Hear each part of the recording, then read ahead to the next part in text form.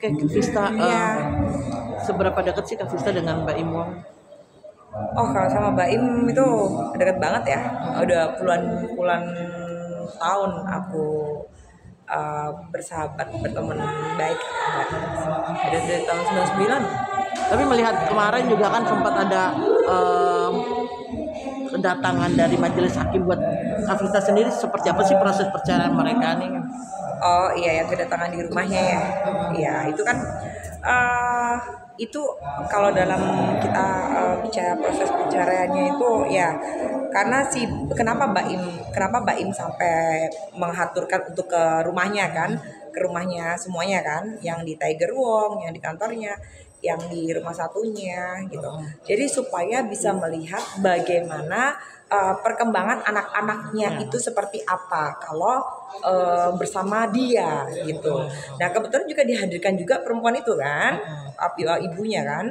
Nah itu bagaimana juga gitu kan. Nah tapi kan nyatanya kan masih takut kan mbak, kan masih takut kan. Nah dibujuk dia juga masih takut ya, itu kan pemirsa sendiri yang bisa menyimpulkan ya. Ternyata bagaimana sudah sampai seperti itu loh. Karena apa? Karena Mbak Im merasa tidak tidak memboikot, tidak mendoktrin anak-anaknya itu supaya membenci ibunya gitu. Jadi ya udah, ayo dilihat, monggo dilihat sendiri. Mungkin itu ya memang kemarin tuh sempat telepon biar ya biar semuanya biar ngerti gitu. Kalau aku ini nggak salah loh, aku tuh nggak pernah loh mendoktrin anak-anak itu membenci ibunya, dijauhkan dari ibunya atau whatever apapun itu gitu. Biar tahu sendiri para netizen, haters, mereka ini, jadi supaya nggak dipojokkan si Baim gitu. Oke, nah Kak, kemarin kan Bang Fahmi bilang bahwa hak asuh itu harus diserahkan pada pasangan yang memang sehat jasmani dan rohani, dan kabarnya katanya Paula sakit. Itu Kak Vista sendiri tahu nggak sih?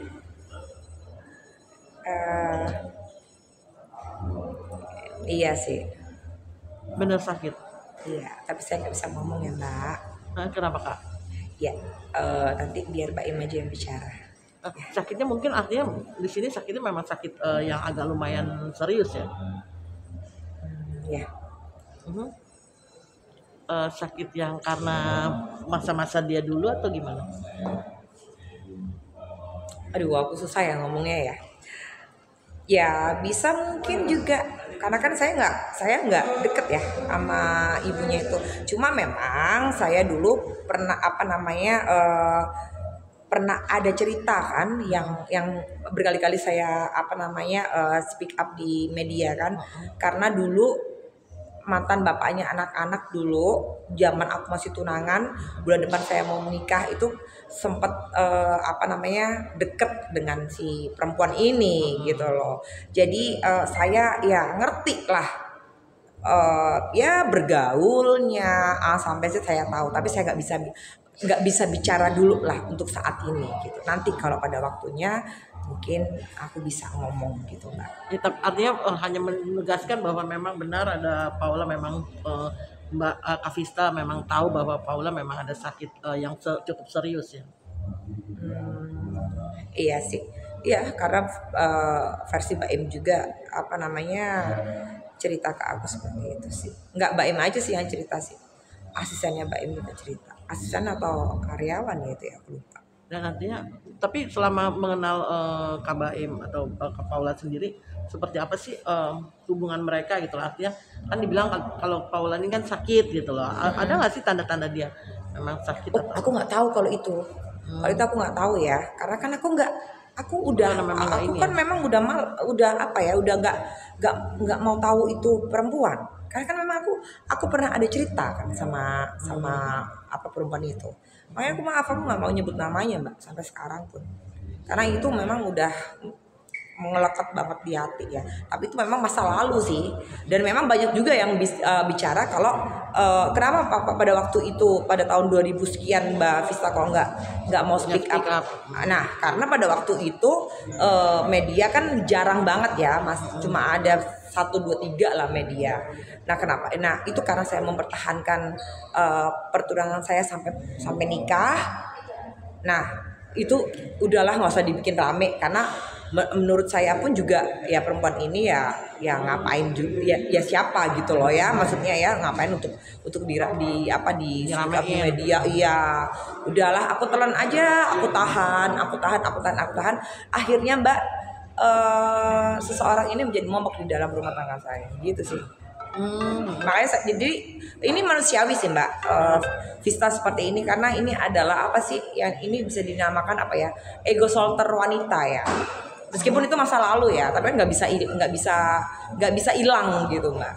Oke. Nah, Terus ya. tapi kalau menurut Kak Vista dengan sakitnya Paula ini, eh, dia pantas nggak sih untuk mendapatkan hak asuh anak? Ya kembali lagi ke ini sih ya. Ya kalau untuk hak asuh anak itu ya yang terbaik aja ya buat mereka berdua ya.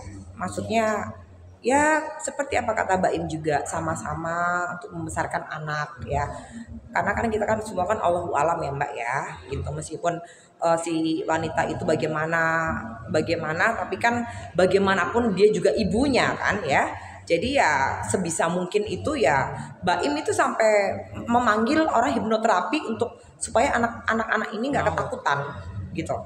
Jadi sampai seperti itunya gitu loh. Jadi ya saya mohon juga supaya pemirsa yang di luaran sana itu juga jangan menjudge Mbak Im itu kayak apa gitu loh. Kalau nggak tahu apa-apa gitu sih. Oke. Jadi membesarkan buah hati untuk sama-sama itu hal yang terbaik sekali dan Mbak Im sudah lakukan itu. Tapi anak-anaknya sendiri kan, Mbak, gitu loh. Dan anak-anak itu juga sekarang itu anak zaman sekarang sudah bisa membedakan, sudah mempunyai hak untuk mau ikut siapa.